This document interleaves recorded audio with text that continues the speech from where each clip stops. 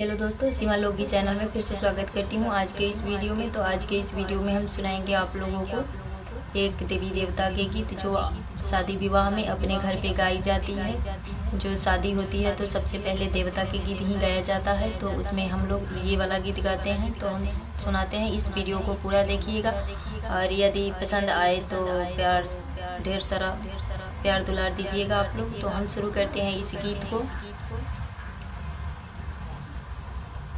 कावोरी बहले गंगा के घटिया,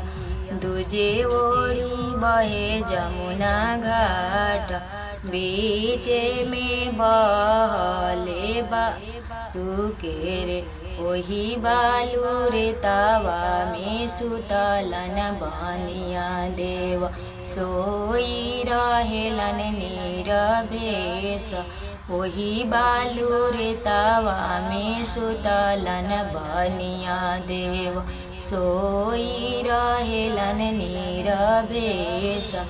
जगावे जे चललन सेवा कायन जनु सेवक, उठू देवा चलू हमारा घर, जगावे जे चललन सेवा कायन जनु सेवक, उठू देवा चलू हमारा घर, से में उठू सेवा खा चलू तोहरा घरवा, तोहरी तिरियवा कोला बोर, कैसे में उठी सेवा का चलू तोहरा घरवा, तोहरी तिरियवा कोला बोर, जवाना बहंगिया से सगरो बहरलाई, ओही रे बहंगिए देवता घर, जवाना बहंगिया से सगरो बहरलाई, ओही रे बहंगिए वंश घर, जवाना पोतनावा से सगरो लिपलाई, ओही रे पोताने देवता घर,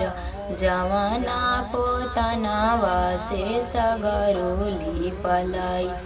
ओही रे पोताने देवता घर, कावोरी बहले गंगा के सोतिया, दूजे ओरी बहे जमुना घाट, बीचे में बहले बालू रे तावा, वही बालू रे तावा में सुतलन हनुमान देव, सोई रहेलन नीरभेश, जगावे जे चललन सेवा कायन जनु सेवक, उठू देवा बेला भेनु सार, जगावे जे चललन सेवा कायन जनु सेवक, उठू देवा चलू हमारा घर,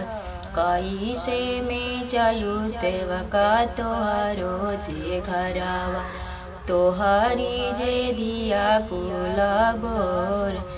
कैसे में चलू सेवा का तोहरे जे घरवा, तोहरियवा कुला बोर, जवाना बहंगिया से सगरो बहरलाई,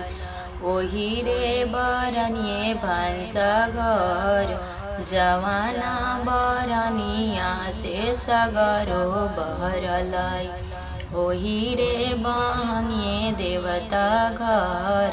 जवाना पोतनावा से सगरो लिपलाई, ओही रे पोताने देवता घर। तो दोस्तों, यही एक छोटा सा देवता के गीत गाए हैं। यदि पसंद आए तो लाइक सब्सक्राइब शेयर कीजिएगा और ढेर सारा प्यार दुलार दीजिएगा। तो फिर मिलते हैं अगले वीडियो में, तब तक के लिए बाय।